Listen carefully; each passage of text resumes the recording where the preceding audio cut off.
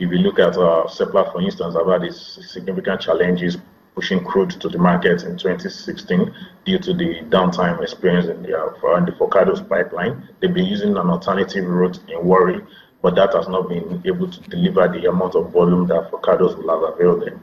And with the positive price movement that we have seen in recent time, it's really good for these companies, but most importantly for them, I think, is on volume, how much volume they are able to push to the market at these high prices.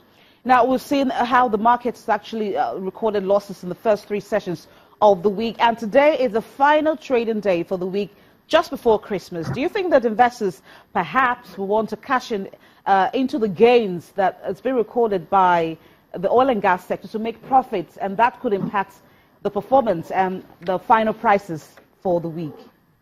Well, ironically, in the years past, what has been the experience of most the stock on the exchange, and include in extension the oil and gas sector, has been that we usually experience a form of surge in prices towards the end of the year. But last year was really a turnaround, and I think that will be the same for this year again.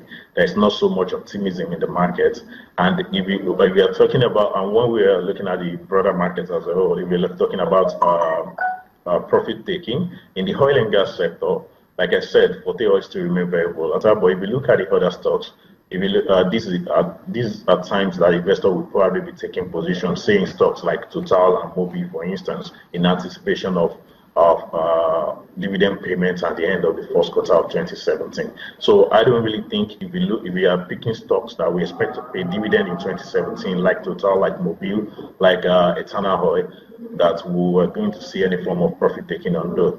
And specifically for Mobil, I think positive movement is what I'm anticipating for Mobil, because if you consider the recent sale to NIPCO, that sale was carried out about $1.36 per share, and currently the shares in Nigeria, the Nigerian Stock Exchange, is still trading lower than 300 naira, which is even below $1 on the official exchange market. So I really think it will be a mixed bag for companies like Total, Mobil, Eternal. We might not really see a form of profit taking, but if you look at Forte Oil, Corn Oil, or Handle, they remain volatile. There might not be any significant profit taking, but they will be up on that moment.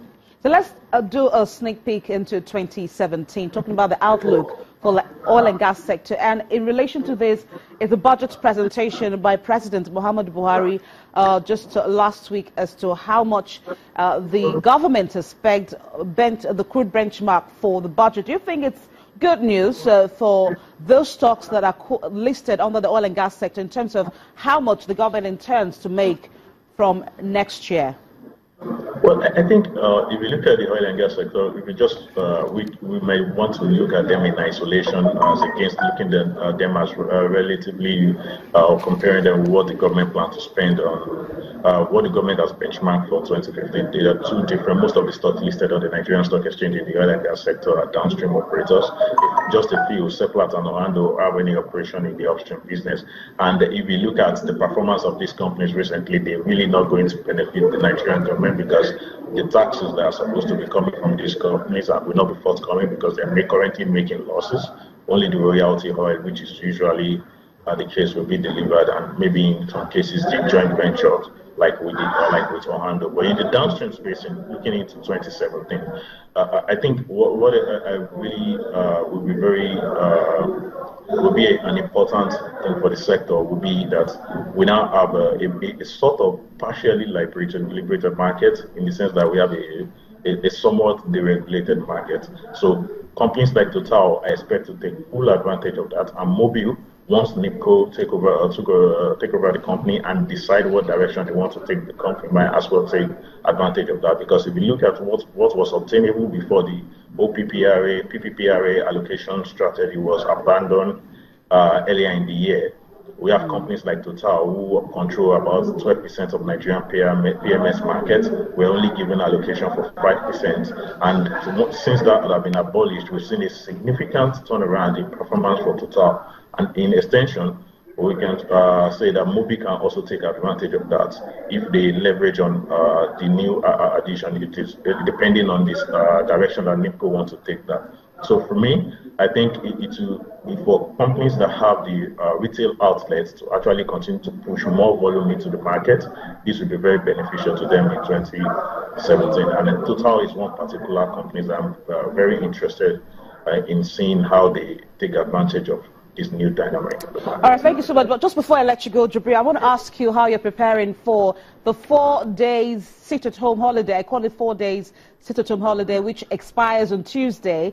How are you preparing in terms of your spending for this period? Well, it's really a very, very challenging economy right now for everyone.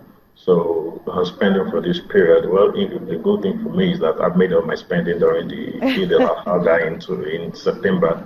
So if there's any price hike now that require people to spend more, well, it's not really going to affect me so much. I just continue my day like every other. So you're trying to also cut costs like many people. All right, thank you so much, Jubril Karim, energy analyst with Ecobank Group, discussing the oil and gas sector. We're seeing how that sector was able to hold the market yesterday, pushing the All-Share Index to the green territory. We saw that closing 0.18% at the end of yesterday's session, and perhaps that could be the same story at the end of today's trading session. We'll keep our eyes on the markets and see how the numbers turn out at the end of the day. We'll go on a break now, and when we come back, we'll continue our discussion on how Nigerians are preparing for the holidays, Christmas, people and Christmas. Vincent Nwani, the Director of Research and Advocacy at the Lagos Chamber of Commerce and Industry, will be joining us in the studio. Please stay with us.